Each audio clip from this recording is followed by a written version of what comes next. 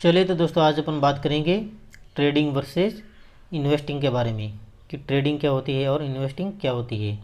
Trading का मतलब होता है व्यापार करना। क्या होता है व्यापार करना? मान लीजिए किसी वस्तु को आपने कम प्राइस में खरीद कर ज़्यादा प्राइस में उसका भाव बढ़ने पर बेच दिया, तो ये हो गया अपना व्यापार ट्रेडिंग। और इन्वेस्टिंग में क्या रहता है कि किसी बिजनेस के अंदर आप निवेश करते हैं और वहाँ से आप मंथली पैसा कमाते हैं, वहाँ से पैसा जनरेट होता है, आपको पैसा मिलता है मंथली मंथली, वहाँ से अर्न होता है, इनकम होती है। ये होता है अपना इन्वेस्टमेंट। किसी भी बिजनेस के अंदर पैसा लगा के वहाँ से रेगुलर इनकम कमाना, जनरेट करना, ये होता है इन्वेस्टिंग।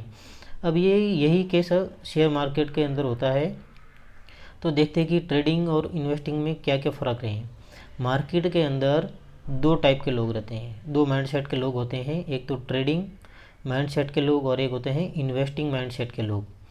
अब देखते हैं कि दोनों के अंदर टाइम पीरियड में क्या क्या डिफरेंस रहता है, क्या क्या फ़र्क रहता है ट्रेडिंग और इन्वेस्टिंग के अंदर। इन्वेस्टिंग में क्या रहता है कि किसी स्टॉक को आप बाय करते हैं। क्या करते हैं? बाय करके उसको होल्ड करते हैं 1 साल से अधिक समय के लिए। जैसे कि 2 साल, 3 साल, 5 साल, 10 साल हो गया, और भी ज़्यादा लंबा समय के लिए आप किसी स्टॉक को होल्ड करते हैं, तो वो आ जाएगा अपना इन्वेस्टिंग जोन के अंदर। और ट्रेडिंग के अंदर 3 से 4 टाइप की ट्रेडिंग होती है।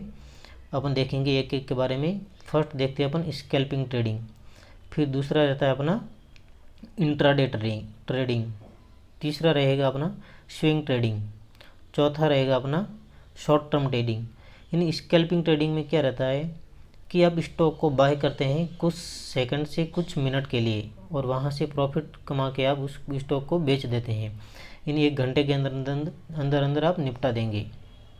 अब देखते हैं कि इंट्राडे में क्या होता है। इंट्राडे के अंदर आप स्टॉक को बाय करते हैं कुछ घंटों के लिए। यानी सुबह मार्केट ओपन हुआ तब उस स्टॉक को आप खरीदते हैं और मार्केट क्लोज होने तक आप बंद बेच देते हैं इस स्टॉक को। ये होता है इंट्राडे ट्रेडिंग। मतलब इंट्राडे के अंदर एक दिन के अंदर ही स्टॉक को बाय करके सेल कर देते हैं।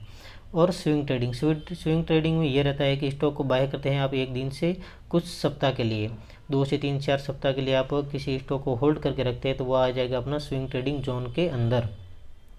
अब देखते हैं कि शॉर्ट टर्म ट्रेडिंग में क्या होता है। शॉर्ट टर्म ट्रेडिंग के अंदर कुछ महीनों के लिए स्टॉक को बाय करते हैं, 1 साल के अंदर अंदर है जो स्टॉक को बेच देते हैं, वो आ जाएगा अपना सभी शॉर्ट टर्म ट्रेडिंग के अंदर। ये कोई टाइम पीरियड फिक्स नहीं रहता है, बस एक माना जाता है, अनुमानित माना जाता है कि इस टाइम फ्रेम के अंदर आप स्टॉक को बाय करके सेल करते हैं, तो ये ट्रेडिंग जोन के अंदर आता है। और किसी भी स्टॉक को आप 1 साल से अधिक समय के लिए होल्ड करते हैं, तो वो इन्वेस्टिंग जोन में आता है। अब देखते हैं कि इनके अंदर एनालिसिस क्या क्या करनी पड़ती है। ट्रेडिंग और इन्वेस्टिंग के अंदर एनालिसिस क्या क्या करनी पड़ती है स्टॉक को बाय करने के लिए। ट्रेडिंग के अंदर किसी भी स्टॉक को बाय करने के लिए आपको टेक्निकल एनालिसिस करना पड़ेगा। क्या करना पड़ेगा? Technical analysis. और इन्वेस्टिंग के अंदर आपको करना पड़ेगा फंडामेंटल एनालिसिस। अब देखते हैं कि फंडामेंटल एनालिसिस में क्या करना पड़ेगा आपको कंपनी में पैसा लगाना है, स्टॉक खरीदना है, आपको कंपनी का मालिक बनना है, ओनर बनना है, आपको उसके अंदर हिस्सेदारी खरीदनी है, तो आपको धंधा को समझना पड़ेगा, बिजनेस को समझना पड़ेगा कि क्या करे कंपनी। तो देखते हैं क्या क्या पॉइंट्स आपको देखने पड़ेंगे कंपनी के अंदर इन्वेस्ट करने से पहले। उसका बिजनेस देखना पड़ेगा कि कंपनी क्या है कर रही है, कौन से प्रोडक्ट्स बना रही है, कौन से सेक्टर में है कंपनी, वो देखना पड़ेगा। फिर देखना पड़ेगा कि ग्रोथ रेट क्या है कंपनी की, ईयर दर ईयर आप कंपनी ग्रो कर रही है या नहीं कर रही है, कैसा है, नेट प्रॉफिट कमा रही है कि नहीं कमा रही है, साल दर साल क्या अच्छा प्रॉफिट जनरेट करके दे रही है कंपनी या नहीं दे रही, ये चेक करेंगे अपन। उसका प्रोडक्ट देखेंगे कि मार्केट के अंदर उसका प्रोडक्ट अच्छे से चल रहा है कि नहीं चल रहा है, लोग उसको कैसा रेस्पॉन्स दे रहे हैं। फिर देखेंगे उसका वो कंपनी रेवेन्यू जनरेट कर रही है कि नहीं कर रही है, उसका बैलेंस शीट चेक करेंगे अपन, उसका मैनेजमेंट कैसा है, उसको कंपनी को चलाने वाले लोग हैं वो कैसा मैनेजमेंट कर रहे हैं कंपनी का। और देखेंगे फर्स्ट बात देखेंगे अपन की जो स्टॉक बाय कर रहे हैं वो वैल्यू बाइंग है या नहीं।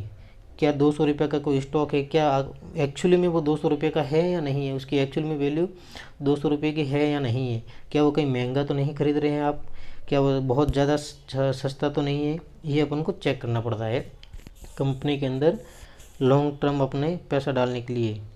अब देखते हैं कि ट्रेडिंग जोन के अंदर टेक्निकल एनालिसिस में क्या क्या आता है।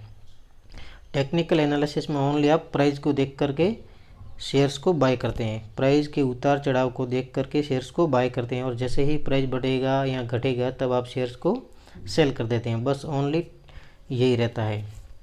टेक्निकल और एक रहता है अपना न्यूज़ के आधार पर कि किसी भी कंपनी की अच्छी न्यूज़ आ गई तो है जो कंपनी का प्राइस बढ़ जाएगा, शेयर्स का भाव है जो बढ़ जाएगा। और किसी कंपनी की न्यूज़ अच्छी नहीं आई, ख़राब आ गई, तो उसके शेयर्स के भाव में गिरावट आएगी, वो गिर जाएगा। तो टेक्निकल एनालिसिस करने के लिए आपको क्या करना पड़ेगा? टेक्निकल एनालिसिस करने के लिए आपको चार्ट देखना पड़ेगा। ये जो कैंडल देख रहे हो, ये दिन की, 5 मिनट की, 10 मिनट की, एक एक कैंडल की ये प्राइस दिखाता है कि कहाँ प्राइस खुला और कहाँ बंद हुआ। जैसे कि कोई भी 200 रुपये का स्टॉक है, वो आज कहाँ पर खुला है, कल से ऊपर में खुला है या कम में खुला है, फिर शाम के टाइम क्लोज कहाँ पर हुआ है। तो ये सभी ये चार्ट देख के अपन पता लगा सकते हैं, चार्ट को रीड करके। ये देखो किसी भी एक कंपनी का चार्ट, ये देखो 4-5 दिन से लगातार गिरते आ रही थी, फिर इसके है जो ये स्टेबल हो गया प्राइस इसका, फिर वापस है जो 2-3 दिन बढ़ गया प्राइस, फिर है जो वापस घट गया। तो ये सभी एनालिसिस करने के लिए आपको, ट्रेडिंग करने के लिए आपको टेक्निकल एनालिसिस करनी बहुत आवश्यक है। ये टेक्निकल एनालिसिस करके आप ट्रेडिंग के अंदर अच्छा खासा बेनिफिट कमा सकते हैं। लेकिन ये टेक्निकल एनालिसिस करोगे कैसे? ये चार्ट के माध्यम से पता लगेगा। अब देखते हैं कि इन्वेस्टिंग की पावर क्या होती है, वो आपको मैं बताता हूँ। जैसे कि ये देखिए एशियन पेंट कंपनी का ये चार्ट मैंने ओपन किया हुआ है। ये देखिए 2009 के अंदर ये मात्र 91 रुपीज़ का शेयर्स था और ये बढ़ कर के अभी 10 से 12 साल के अंदर 3000 रुपये तक पहुंच गया। ये अभी 3300 तक पहुंच गया था, लेकिन मार्केट अभी थोड़ा डाउन है इसलिए ये नीचे आ गया है। ये MRF कंपनी को तो आप अच्छे तरीके से जानते हैं कि इसका प्राइस देखिए 2009 के अंदर मात्र ये 1600 रुपये का स्टॉक था और ये बढ़ कर के अभी 80,000 पे ट्रेड कर रहा है। थोड़े दिन पहले ये भी 1 लाख तक पहुंच गया था। अब देखते हैं कुछ दूसरी कंपनियों के बारे में। ये देखिए कोटक महिंद्रा बैंक, महिंद्रा कोटक बैंक, ये था मात्र 2009 के अंदर 66 रुपीज़ का शेयर था और अभी 1800 पे ट्रेड कर रहा है। ये थोड़े दिनों पहले ये भी 2200 पे था। अभी मार्केट थोड़ा डाउन में है इन्फ्लेशन की वजह से, इसलिए ये भी गिर के थोड़ा नीचे आ गया है।